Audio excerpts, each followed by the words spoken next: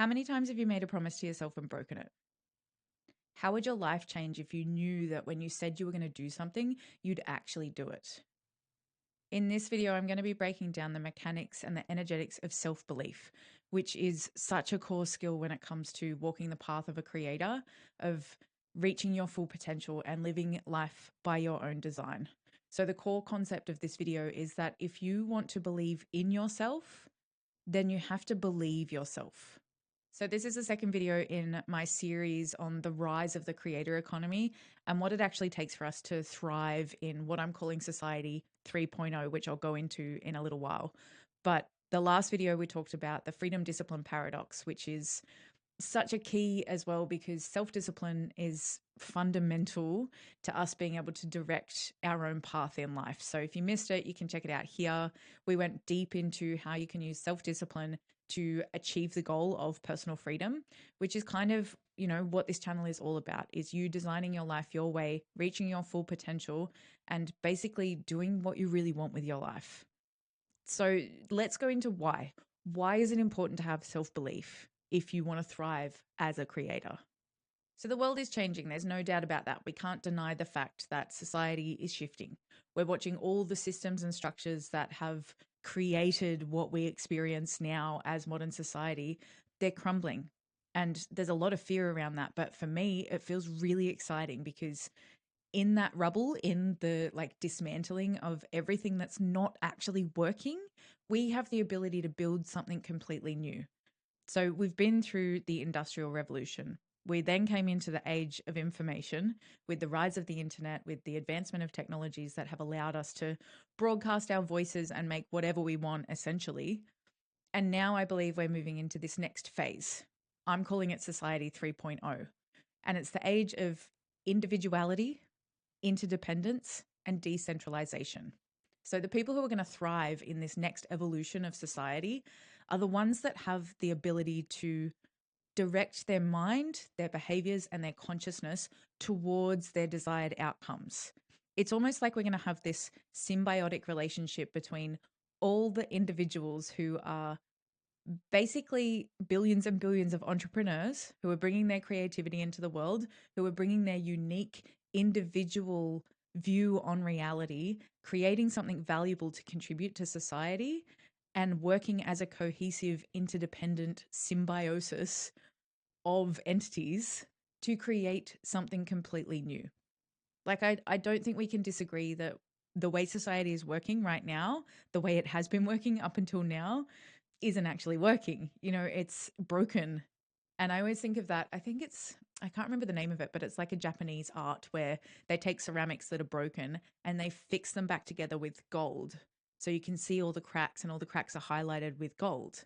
That's what I feel like we have the ability to do right now. But if we don't have the fundamental skills in ourselves to be able to have the courage and the power and the strength and the conviction to direct ourselves towards new outcomes and really solidify that in ourselves, then we're going to get left behind. Hence, the skill of self-leadership is going to be so fundamental. It's being able to direct yourself towards the things that you want, overcome the parts of yourself that are saying it's too scary, it's too hard, I can't do it, all of that noise, to be able to overcome that, to still move forward so that you don't get left behind and so that we can make the most of this insane opportunity that we have right now to create something new that's actually going to work for most of humanity. So like I said, an integral part of self-leadership is building the skills of integrity, humility, and self-belief. It's knowing that you've got your own back and that you can trust your own word. It's like building this energetic of pride in yourself. And I'm not talking about cocky, arrogant pride that's coming from a place of ego, but it's a humble pride that comes with being able to hold your head up high because you know that the person you're presenting to the world is exactly the same as the one you are behind closed doors. So about 3 years ago, about the start of the pandemic, I had this realization that one of the reasons I was super unhappy with my life was because I didn't believe myself. I was presenting myself to the world one way, and then my habits, my behaviors, and how I was living my life behind closed doors when no one was looking was actually completely out of alignment with my values. Every night I'd go to bed and I'd be like, okay, tomorrow I'm going to do this. This is how I'm going to spend my time. This is the food I'm going to eat. This is the exercise I'm going to do, blah, blah, blah, blah, blah. And then every day I'd watch myself make all these excuses and not follow through. And the thing that really started shifting it for me was when I stopped announcing to the world what I was going to do and I just started doing it. It's that idea of real bad boys move in silence. I started doing it just for me, not so I could look like I had my shit together, not so it would look really cool on social media, not so I could pretend I was something other than what I was being. I started doing it because I just couldn't stand the idea of waking up one more morning feeling like a complete liar. And everyone started noticing a shift in me. I was carrying myself differently because I finally actually had pride in myself. I knew that the person I was presenting to the world was exactly the same as the person I was being behind closed doors. I was living and breathing my values. I was proud of myself. And I feel like pride has got such a bad rap, especially in Australia. We've got the whole tall poppy syndrome thing. If you haven't heard of it, go and Google it. It's like a whole thing. But it's like there's this huge social risk for being really proud in yourself. But there's actually a difference between arrogant pride or toxic pride, false pride, and deeply embodied pride. In the world of social media, so many people do things for the wrong reasons. They do it for the content, for the likes, for the views, the followers. They do it for the flex, not for the inner satisfaction that comes from doing things purely for the internal evolution of your own consciousness, which is way more powerful. A tragedy of many lives is that people greatly underestimate the self-esteem costs and consequences of hypocrisy and dishonesty. They imagine that at worst, all that's involved is some discomfort, but it's the spirit itself that is contaminated. The energetic that comes from lying to other people is one thing, but when you're doing it to yourself day after day after day after day, it's corrosive. It eats away at you from the inside and destroys your self belief and your self confidence. Bernice Milburn Moore describes self confidence as a trust in self, a faith in one's ability to be able to meet situations as they arise. At this crucial time in human history where we're facing more unknowns than ever before, where every single one of us is being called to step up and create a whole new way of life for the collective by doing it for ourselves individually, which I'm pretty sure is what's being asked of us by life right now. What could be more important than having faith in one's own ability to be able to meet situations as they arise? Because we don't know what's going to happen. It's like a massive question mark right now. But the other aspect is that if you can't rely on your own word to yourself, anything else is just fake. Meaning that if you're able to make commitments and promises to other people and follow through on them, but not do that for yourself, you're actually just being a people pleaser. And you're never going to build the skill or the ability to be able to put your own dreams, desires, and needs first, which is important if we want to create something new, if we want to make something extraordinary, if we want to bring our creative dreams to life. We're going to need to be a little bit selfish sometimes. To do extraordinary things means having extraordinary boundaries. But there's a social risk that comes with doing extraordinary things. As humans, we are social beings. We are wired to care what other people think. No matter how many people tell you you shouldn't give a shit what anyone else thinks, we do. We're wired that way. And I think we absolutely should care what other people think to a certain point. If one believes that it's more desirable to fit in than stand out, one will not embrace the virtue of self assertiveness.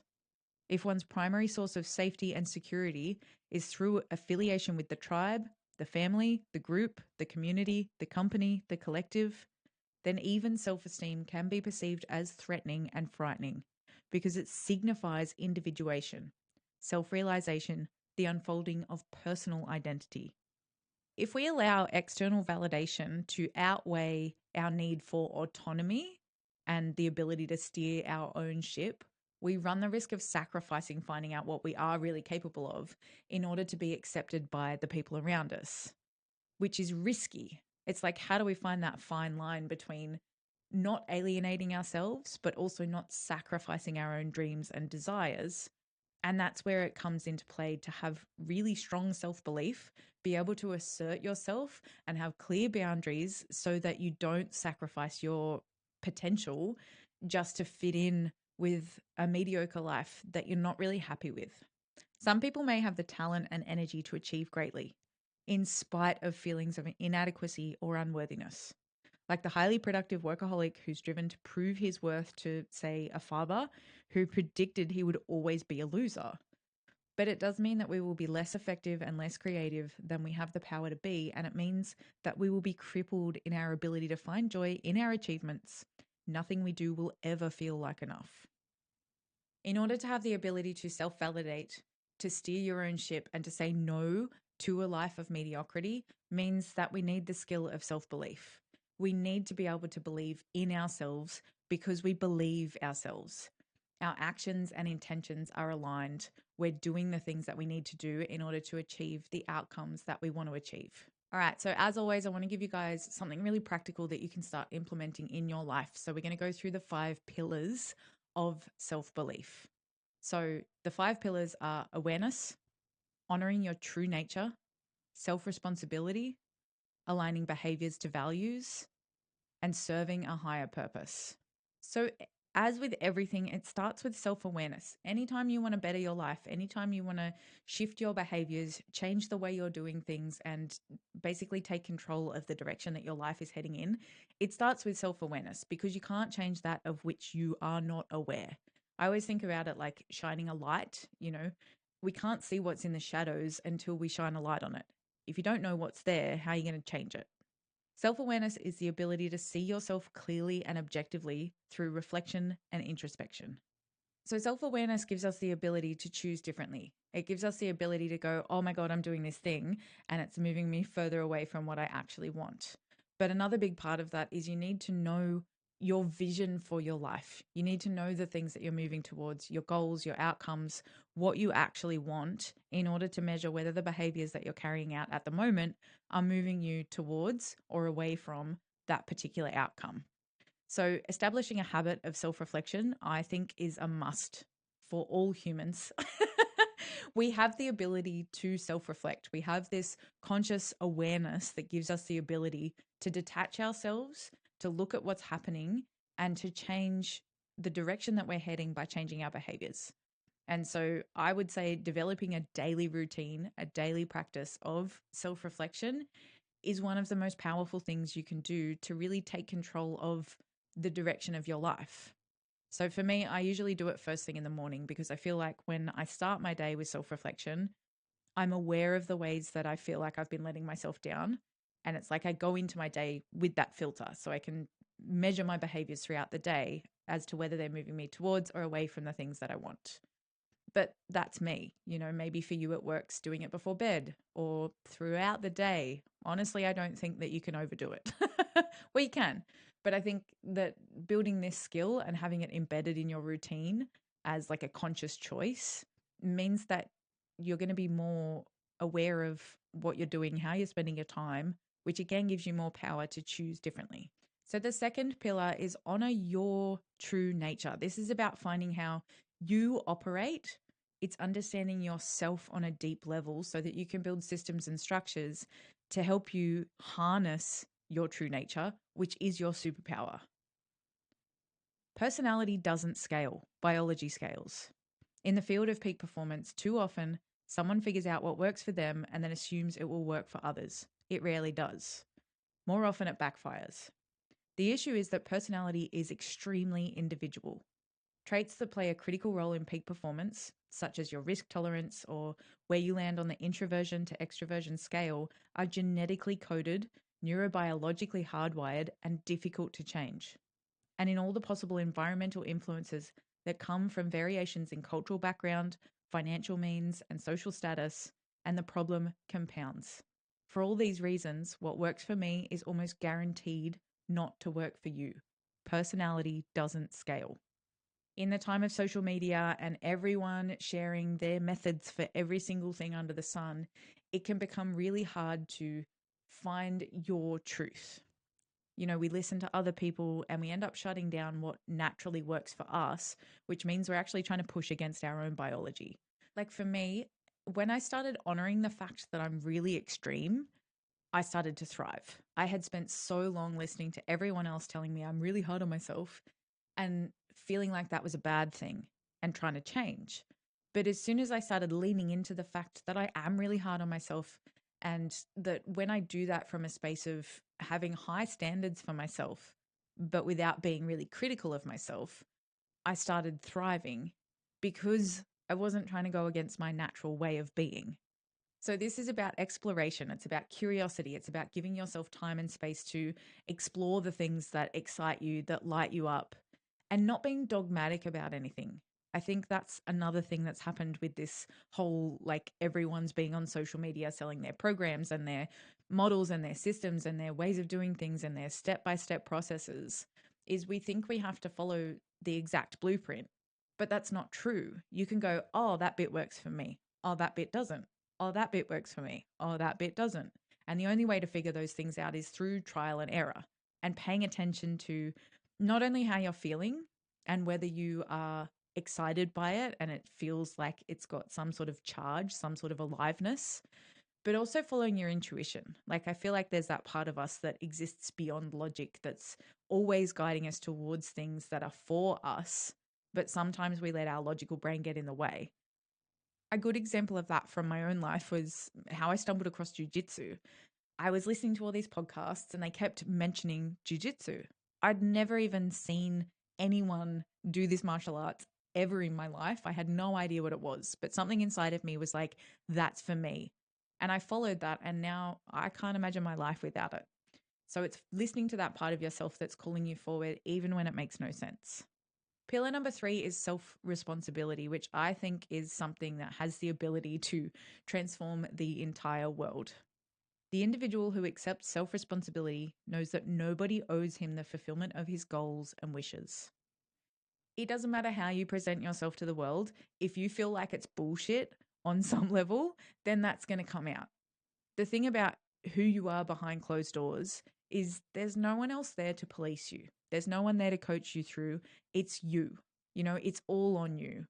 And I feel like when we have the ability and the energetic of owning our shit and taking responsibility for our experience, no one can take that away from you. That is so powerful. And it just creates this like unshakable confidence in yourself because it's like, I don't care how uncomfortable it is.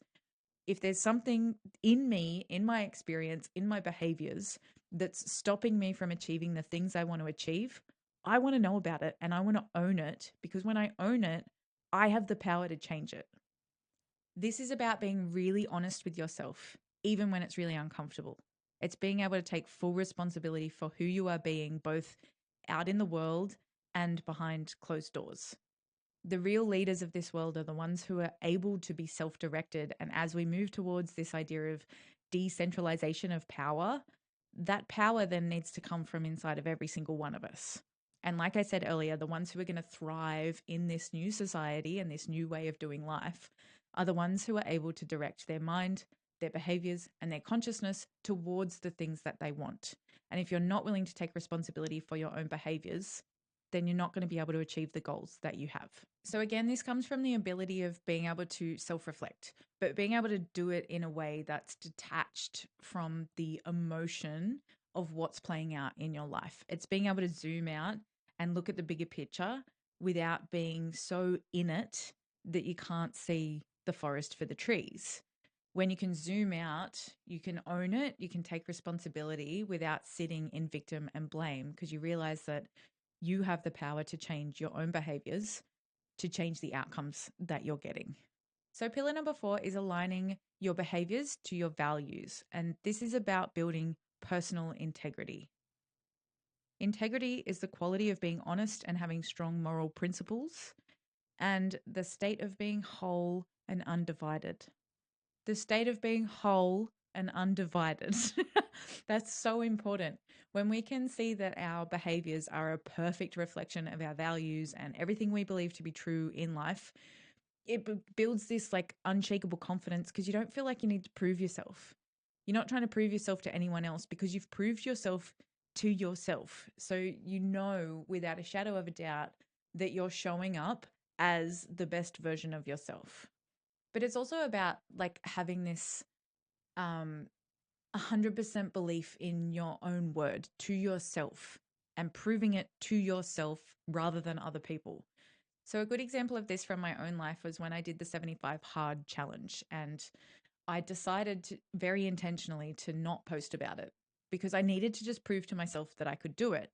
You know, I wanted to be this really disciplined and driven and devoted person, and I kept not doing that. And so instead of talking about it, instead of trying to be it, I just did it. I just needed to prove to myself that I could do the things every day, regardless of whether anyone else knew it was happening or not. It was about my relationship with myself, who I was being behind closed doors.